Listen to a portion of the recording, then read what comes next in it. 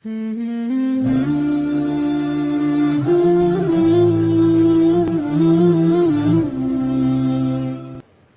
ada kesuksesan tanpa kerja keras, tidak ada kesuksesan tanpa perjuangan, dan tidak ada kesuksesan tanpa dorongan doa dari kedua orang tua kita. Jadi pada hari ini Anda ucapkan selamat, Anda mintakan maaf kepada orang-orang tercinta yang berkontribusi atas kesuksesan pendidikan kita. Hati-hati memperlakukan kedua orang tua. Saya tahu di sini ada master hukum, saya tahu di sini ada master manajemen. Saya tahu banyak prodi yang ada di sini dan memiliki tata kelola yang sangat baik, maka itu salah satunya didukung oleh perilaku Anda setelah lulus. Pada saat Anda berinteraksi dengan kedua orang tua, jangan menggunakan pasal hukum.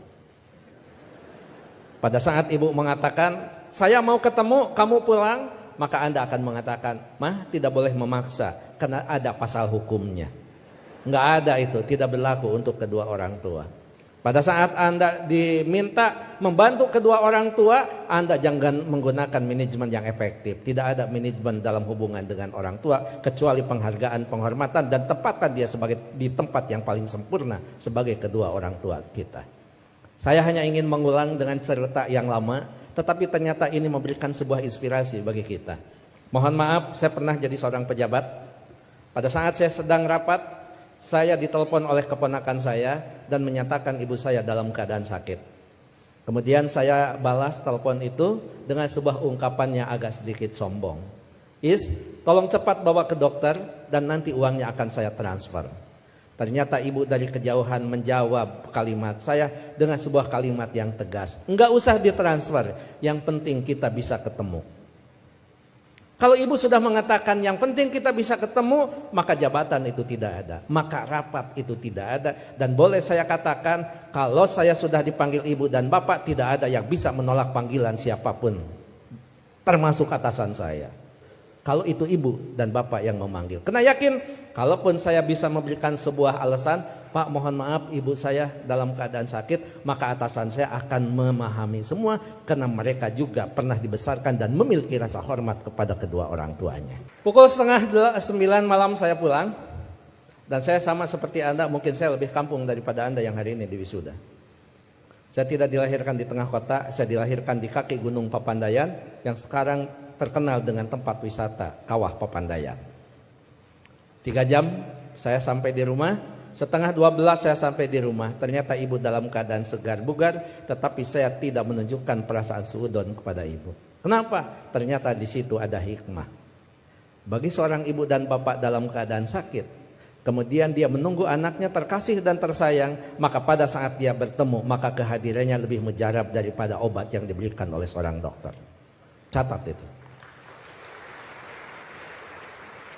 Ibu tidak hanya menunjukkan segar dan bugar, tapi ibu juga tetap memperhatikan kesukaan makanan anaknya. Saya dimasakkan sayur kacang merah, saya digorengkan asin peda, saya dibuatkan sambal terasi, dan saya juga dibakarkan pete. 11:30 malam, coba bayangkan ada sayur kacang merah, nasi putih, bakar pete, dan belum peda ditambah sambal terasi. Boleh dibayangkan setelah wisuda. 11:30 malam saya disuguhi makanan itu, maka tidak ada kalimat yang bisa diucapkan kepada ibu selain mengucapkan terima kasih. Padahal saya tidak biasa makan malam, kecuali makan nasi di waktu malam. Ya saya makan. Saya tidak pernah mengatakan, Amah ngapain masak? Kan kata dokter paling tidak 3 jam sebelum tidur kita boleh makan. Ini mau tidur 11:30, ngapain masak? Bagaimana perasaan ibu pada saat seorang anak yang dia tunggu, yang dia masakan, kemudian anak berargumentasi dengan sebuah ilmu di mana ibu tidak paham tentang ilmu itu. Menyakitkan. Iya, saya makan dan saya berdoa mudah-mudahan ini jadi obat. Begitu saya lirik dari sudut mata saya, ibu kelihatan bahagia. Kenapa? Makanan yang dia pasak itu betul-betul dimakan oleh anaknya. Begitu selesai makan, saya mengatakan kepada ibu, Amah, mohon maaf, ini makanan sangat enak, terima kasih, tapi mohon maaf besok tidak akan pulang siang, karena ada pekerjaan yang tersisa, kemungkinan saya pulang sebelum sholat subuh. Ibu dengan bijak mengatakan, enggak apa-apa. Yang penting kita sudah ketemu. Sok istirahat.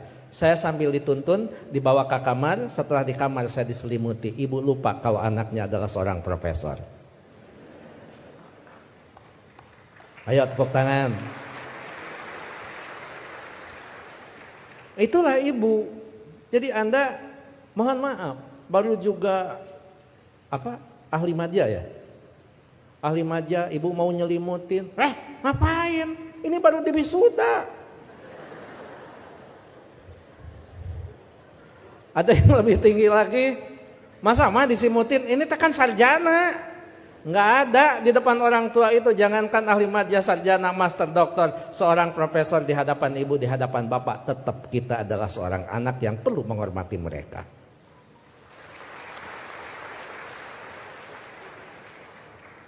Yang paling indah dan paling membuat saya terharu, pada pukul 3 saya bangun, ternyata ibu sudah berdiri di samping saya sambil menepuk bahu saya. Cepat kamu bangun, jangan lupakan sholat sepertiga malam terakhir. Kenapa?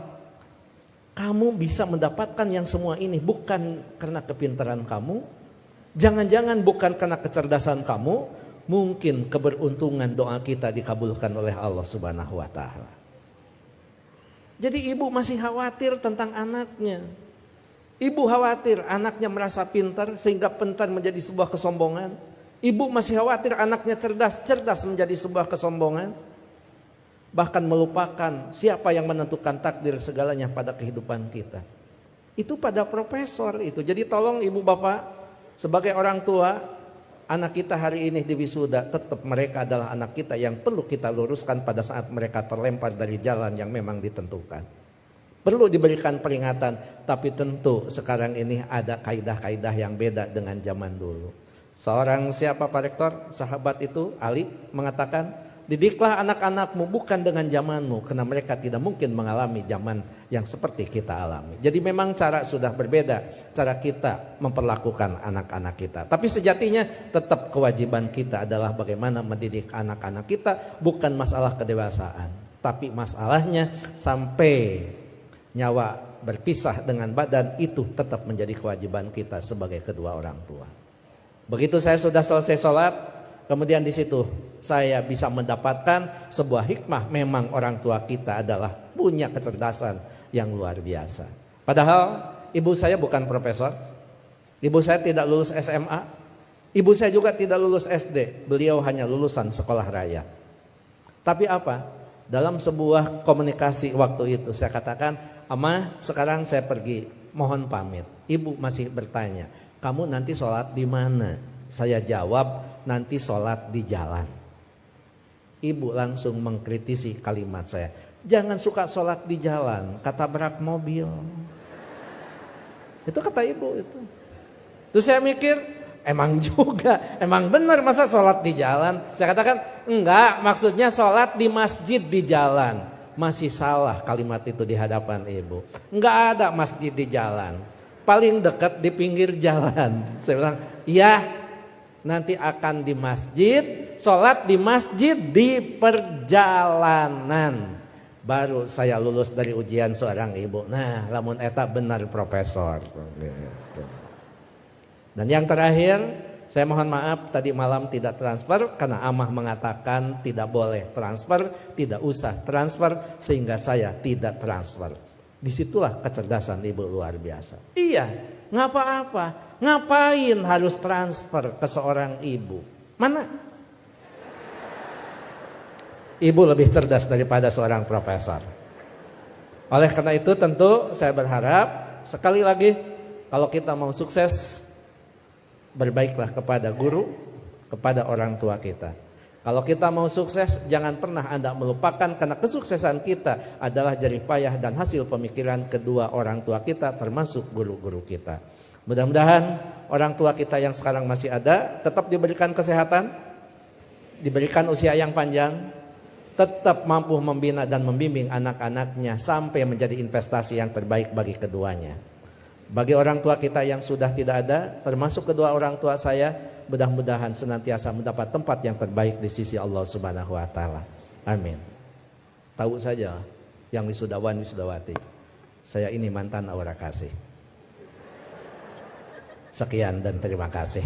Assalamualaikum warahmatullahi wabarakatuh.